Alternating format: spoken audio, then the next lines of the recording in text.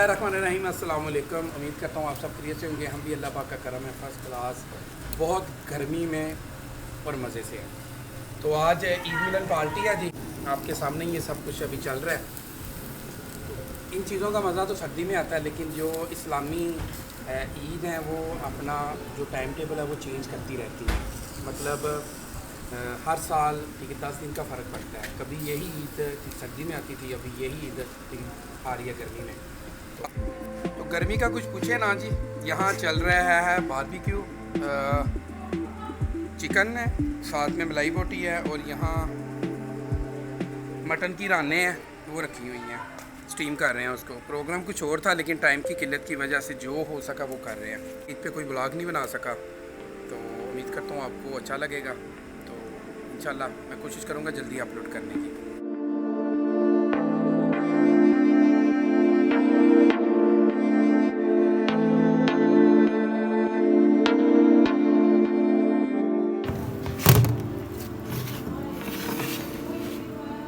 ओ हो माशाल्लाह, गोश्त अलग हो गया हड्डियां तो लगता खीर हो गई भाई, चिकन भी हो गया, मटन भी खा।